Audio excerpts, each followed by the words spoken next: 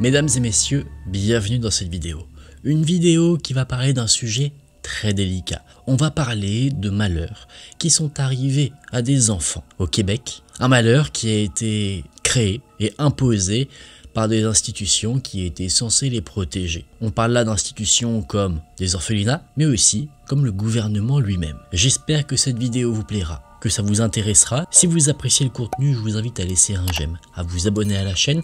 Vous pouvez aussi me rejoindre sur Instagram @KenTV si vous souhaitez me partager une histoire qui vous est arrivée, dans l'objectif plus tard d'en faire une vidéo avec vos histoires. Et si maintenant vous êtes prêts, bien installés, nous sommes partis pour voir ensemble cette histoire qui a horrifié un pays entier.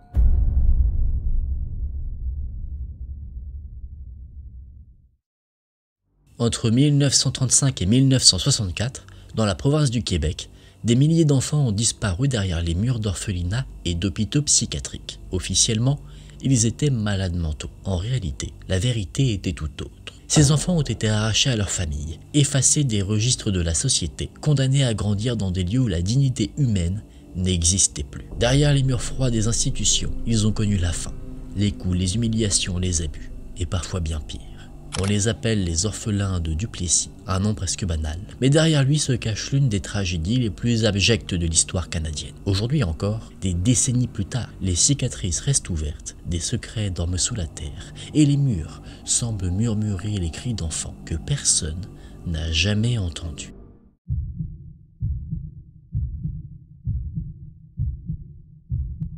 Au Québec, entre 1935 et 1964, on est dans une période où l'obscurité ne se limite pas aux nuits d'hiver. Elle s'infiltrait dans les institutions, dans les foyers et jusque dans les consciences. Au sommet de son pouvoir, un homme domine, Maurice Duplessis, Premier ministre durant 5 mandats. D'abord de 1936 à 1939, puis de 1944 à 1959. Il impose une ère que l'histoire retiendra sous le nom de la Grande Noirceur. Dans ce Québec d'après-guerre, l'Église catholique règne sur les services sociaux. Hôpitaux, orphelinats, écoles, hospices, l'État lui délègue presque tout.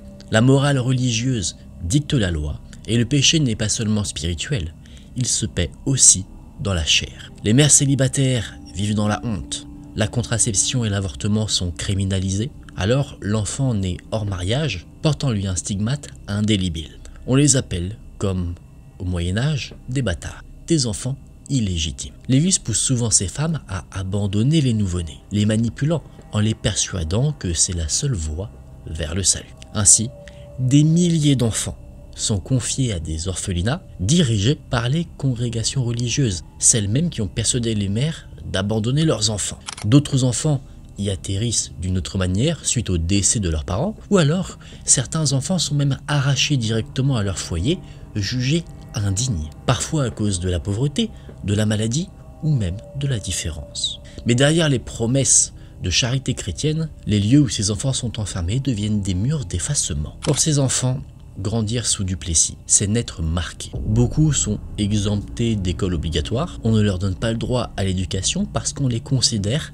indignes d'avoir un avenir. Les ordres religieux privilégient pour eux le travail à l'éducation, laver, récurer, servir, mais jamais apprendre. Ces enfants jugés indignes sont littéralement transformés en esclaves. Leurs droits n'existent pas, leur voix non plus. Et dans ces institutions, la vie se déroule en silence. Chaque religieuse peut être chargée de 10 nourrissons, voire plus. Les ressources mises à disposition sont dérisoires, l'affection complètement absente, et l'humanité, souvent, s'échappe de ces endroits. Le protecteur du citoyen déclarera plus tard à ce sujet: la majorité des enfants ne parlaient qu'en son jusqu'à l'âge de 4 à 6 ans. Ils étaient incapables de se laver, de manger seuls ou même de se repérer. Effectivement, dans certaines écoles, un enfant sur 4 âgé entre 9 et 16 ans faisait encore pipi au lit. Et dans l'ombre, une logique s'installe, parce qu'entre les murs où les enfants sont condamnés à vivre, ils ne sont pas considérés comme des êtres humains, mais comme des ressources. Et bientôt, l'État et l'Église vont trouver moyen d'en tirer profit.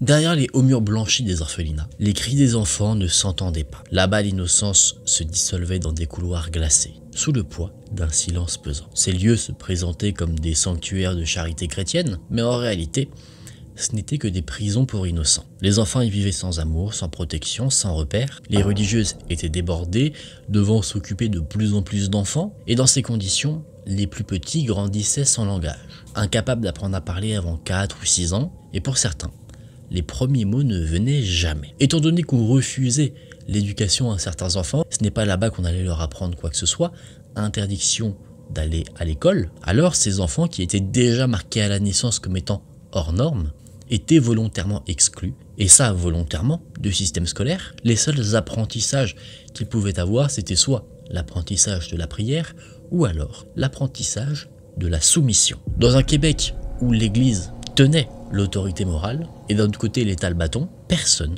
ne songeait à offrir à ses enfants une chance de s'en sortir. Les humiliations s'ajoutaient à la négligence. Effectivement, dans un rapport après la révélation de l'affaire, on a découvert, comme dit plutôt, que 25% des enfants âgés entre 9 et 16 ans faisaient encore pipi au lit, mais c'est pas tout. Certains enfants ne grandissaient pas, ils survivaient, figés dans une enfance que les institutions leur refusaient, c'est-à-dire que leur développement physique et mental était altéré, et tout ça à cause de leur présence dans ce genre d'institution, donc dans les orphelinats. Mais ça encore, ce n'était que la surface, parce que plus profondément que ça, il y avait une faille monstrueuse, et les enfants allaient en être victimes. Ils allaient devenir les pions dans un système où chaque diagnostic, chaque signature pouvait rapporter de l'argent. Parce qu'entre les années 1940 et 1950, le Québec entra dans une logique perverse. Plus un enfant était malade, plus il rapportait. Alors, des milliers d'enfants, pourtant parfaitement sains physiquement et mentalement, ont été déclarés, à l'inverse, complètement fous.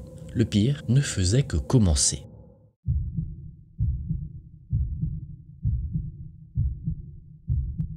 À la fin des années 40, le gouvernement fédéral met en place un vaste programme de subventions pour financer les services de santé provinciaux. Mais au Québec, un chiffre va tout changer et plonger des milliers d'enfants dans l'enfer. En 1956, Ottawa verse 0,70 $ par jour pour chaque enfant placé en orphelinat. Mais pour chaque patient interné en hôpital psychiatrique, cette somme évolue à 2,25 $, parfois même 2,75 en fonction des établissements, c'est-à-dire près de 4 fois plus que la somme initiale.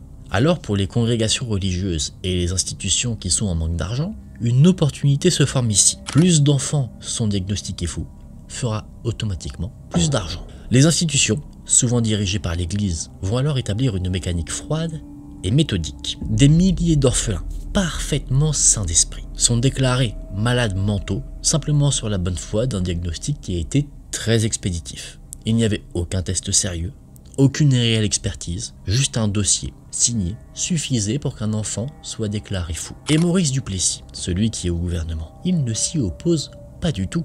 Il va même, au contraire, renforcer ce système. En signant un décret, il va reclasser certains orphelinats qui géraient ces enfants sains d'esprit pour qu'ils soient qualifiés, d'un autre terme, hôpitaux psychiatriques. Donc il a littéralement ouvert en grand les vannes des subventions pour ces personnes qui souhaitaient profiter des enfants qui n'avaient absolument rien demandé évidemment. Des lieux censés protéger l'innocence deviennent, par pur appât du gain, et grâce à un petit coup de stylo, des asiles pour aliénés. Et une des choses les plus tragiques, c'est que pour justifier ces internements massifs, on falsifie même des diagnostics psychiatriques. C'est-à-dire que les enfants sur le papier deviennent des patients. Des patients, on est censé ensuite leur apporter des traitements si on leur diagnostique un problème de santé physique ou mentale. Ces enfants n'en recevaient aucun. Ils prenaient le titre de malade mental, mais ne recevaient aucun traitement, donc impossible pour eux de s'en détacher, même si en plus initialement, ils n'étaient jamais censés être qualifiés ainsi de base. Des psychologues, notamment un de l'Université de Montréal, s'est replongé des années après ces événements sur les fameux dossiers des patients, et il a confirmé que les diagnostics étaient complètement infondés. En fait, les rares tests qui étaient menés à l'époque pour qualifier des enfants de malades mentaux, c'était des tests cognitifs. Donc des tests qui, sur le principe, ils ne pouvaient pas vraiment réussir. Mais bien sûr, à l'époque, personne n'a vraiment écouté ceux qui mettaient en garde vis-à-vis de ce qui était en train de se passer. Et ce silence qui rôdait était un silence qui protégeait le système. Et l'argent dans ces institutions coulait naturellement à flot. L'État engrange, l'Église encaisse, et ces pauvres enfants ne deviennent plus des enfants, mais des aliénés, des fous, des malades mentaux, finalement des numéros dans des dossiers. Et c'est tout ça, ces papiers, ces signatures, ces chiffres, cet appât du gain, qui a scellé le destin de plusieurs milliers d'orphelins. Pour eux, les portes de ces institutions qui devaient initialement les protéger ne se sont pas simplement fermées derrière eux, elles se sont verrouillées. Et après avoir été déclarés malades mentaux, aliénés, pour ces enfants, une nouvelle vie commençait. Une vie d'humiliation, de violence et de silence.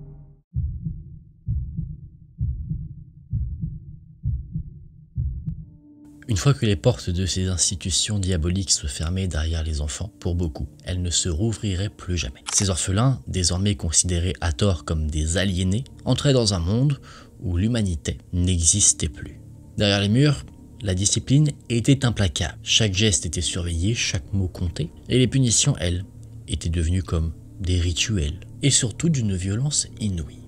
Des sangles de cuir s'abattaient sur les corps frêles des petits, des bâtons de bois marquaient leur chair, et les cris résonnaient dans les longs couloirs. Mais les murs des institutions étaient bien trop épais pour que quelqu'un à l'extérieur puisse les entendre et se douter du calvaire de ces pauvres enfants. Mais la souffrance ne s'arrêtait pas là. Ceux qui avaient été faussement diagnostiqués comme débiles subissaient, eux, des traitements forcés. On leur administrait des médicaments sans leur consentement, on utilisait des camisoles de force pour les plus agités, et pour certains, on leur faisait subir des séances d'électrochocs qui les laissaient hébétés et qui les vidaient de leur identité.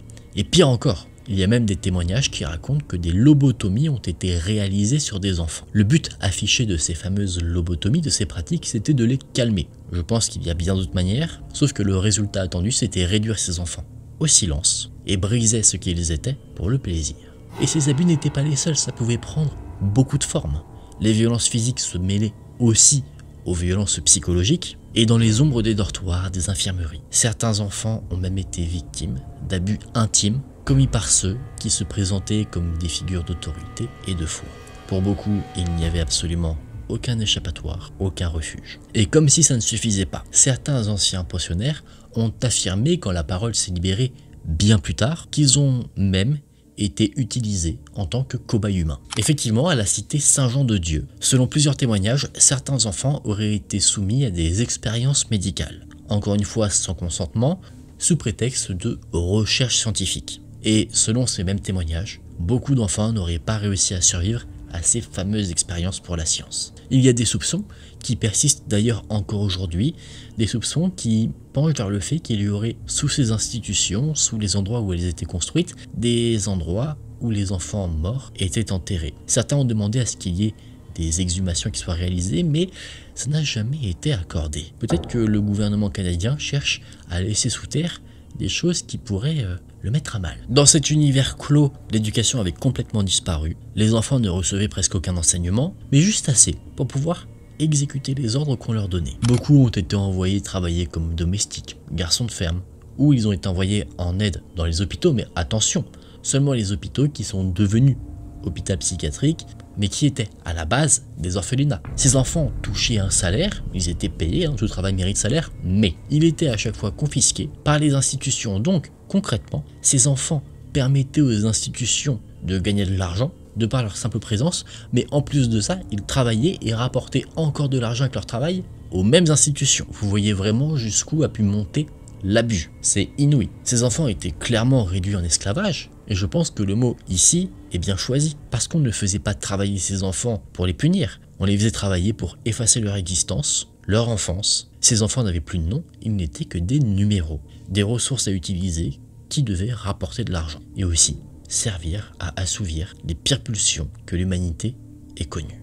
Et parfois, ces pauvres enfants, ils tombaient malades. Eh bien, ces fameuses maladies les affaiblissaient, mais c'est la négligence autour d'eux qui les achevait. Souvent, ces enfants n'étaient pas soignés, ils étaient laissés malades. Beaucoup mouraient de l'indifférence générale. Certains étaient même enterrés rapidement. Et d'ailleurs, beaucoup ont été enterrés sans qu'on ait même le respect de placer leur nom sur une tombe. Dans ces asiles, les murs respiraient la peur. Les pas résonnaient comme des coups de marteau. Les cris se perdaient dans les profondeurs des couloirs. Et beaucoup d'enfants s'étaient fait à l'idée, une seule idée, d'une chose dramatique, c'est qu'ils étaient condamnés et que personne ne viendrait les sauver. Et c'est ici que l'horreur atteignait son paroxysme. Parce que pendant que les enfants, eux, s'affaiblissaient de jour en jour, d'autres enfants venaient les remplacer, rapportant encore et toujours de l'argent à ces institutions, de la chair fraîche, pour réaliser leurs sévices et gagner encore de l'argent, encore et encore. Mais il y a un événement, une chose extérieure qui a fait basculer les choses.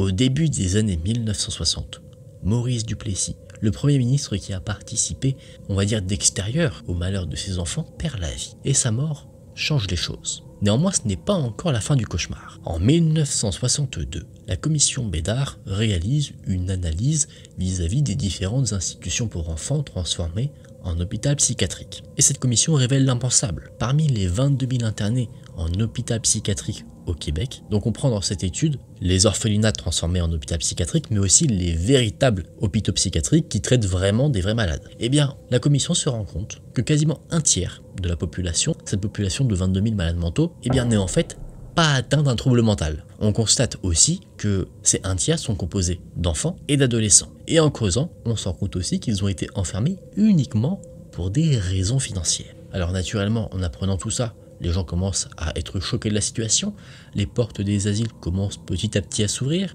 mais pour beaucoup, il est déjà trop tard. Parce que ces enfants, ces adolescents enfermés depuis des années, ils sont complètement étrangers au monde extérieur. Bien qu'on les sortait de ces endroits, ils se retrouvaient sans repères, sans famille, et surtout sans éducation. Ils avaient une différence hors du commun vis-à-vis d'autres personnes qui, eux, avaient suivi un chemin classique et stable. Certains ont quand même eu le courage d'essayer de se reconstruire, mais encore une fois, la société crache à leur visage.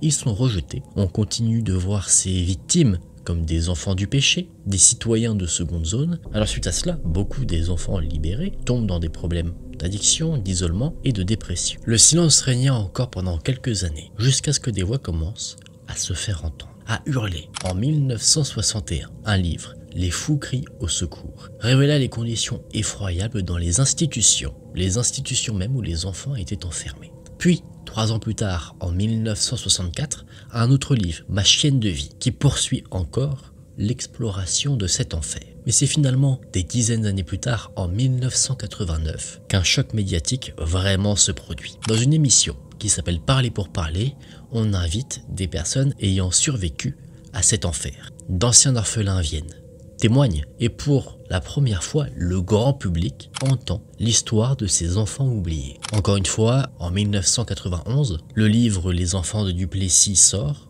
pour poursuivre de nouveau l'exploration de ce pan de l'histoire oubliée. Et un an plus tard, en 1992, Bruno Roy, un ancien orphelin, décide de prendre la tête de ceux qui veulent se faire entendre. Il crée le comité des enfants de Duplessis qui rassemble d'anciens orphelins qui souhaitent partager leur expérience, leur vécu, leur passage en enfer pour sensibiliser et surtout pour enfin obtenir une justice. Mais la route a été longue, cruelle, parce que les premières demandes d'action collective ont été rejetées par la Cour supérieure. Les tentatives aussi d'inculper des membres de congrégations religieuses qui ont participé à leur torture ont échoué également parce que des preuves avaient disparu, les dossiers médicaux avaient été perdus, plutôt détruits. Face à ces échecs, ce comité des orphelins de Duplessis a réclamé des excuses officielles de la part du gouvernement du Québec, de l'Église catholique, mais aussi du Collège des médecins, en soit des excuses de la part de toutes les entités qui ont participé à leur calvaire. Et en 1997, il y a un événement majeur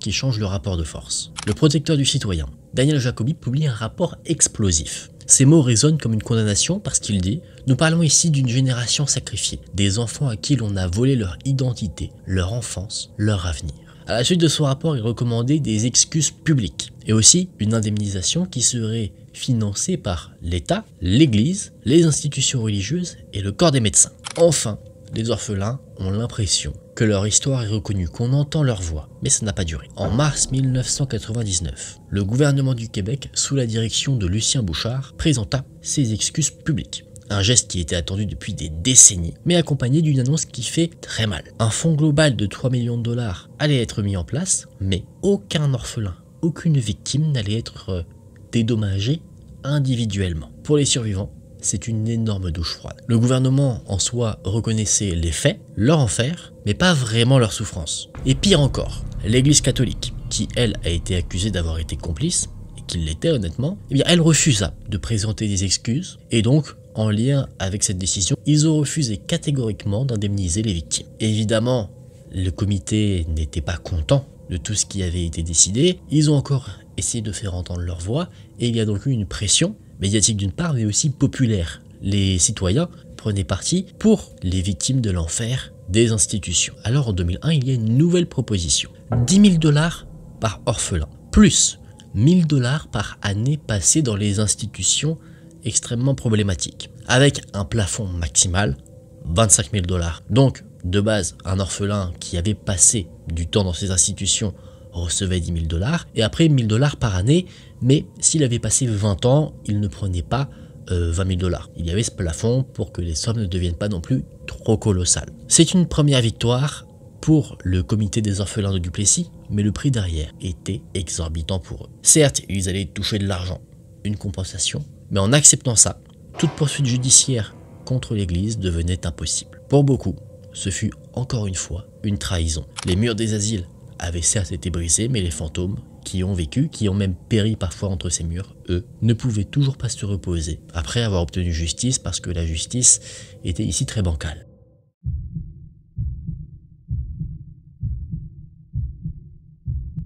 Bon, officiellement, l'histoire des orphelins de Duplessis semblait close. Des excuses avaient été prononcées, des compensations versées, les institutions avaient fermé depuis un moment, mais pour les survivants, le cauchemar continuait. Après l'accord de 2001, plus de 1000 anciens orphelins ont touché leur indemnisation. En 2006, un fonds supplémentaire de 26 millions de $ a été débloqué, et en 2007, 1270 autres victimes ont obtenu 15 000 $ chacune. Au total, le gouvernement québécois a reçu plus de 6500 demandes d'indemnisation.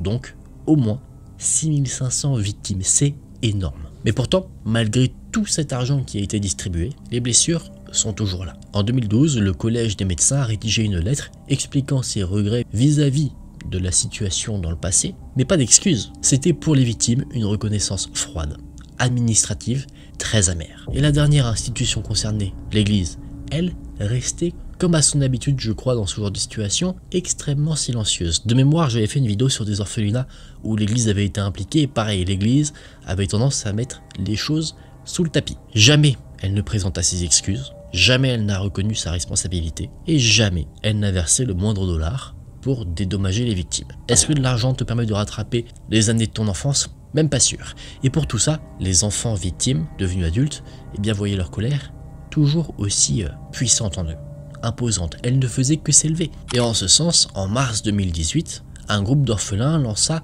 une nouvelle action collective contre 8 communautés religieuses, réclamant 875 000 $ par victime. La Cour supérieure du Québec a rejeté la chose, et 2 autres actions collectives ont été lancées derrière, en 2018 et 2020, un combat qui continue encore aujourd'hui. Mais parallèlement à tout ça, il y a une ombre plus sombre qui a surgi. En 2004, des orphelins demandent au gouvernement de faire exhumer un cimetière à l'est de Montréal. Ils affirmaient que des enfants utilisés comme cobayes humains dans les asiles avaient été enterrés là anonymement. Selon les témoignages d'anciens pensionnaires de la cité Saint-Jean-de-Dieu, des expériences médicales auraient été menées sans leur consentement. Ça, sur des enfants, et nombreux d'entre eux n'y auraient pas survécu. Des lettres ont été envoyés au gouvernement, des lettres qui sont restées sans réponse. En 2010, des orphelins portaient à leur cause au Conseil des droits de l'homme de l'ONU, espérant quelque part que quelqu'un finirait par les entendre. Et puis en 2021, une révélation glaçante bouleversa tout le pays.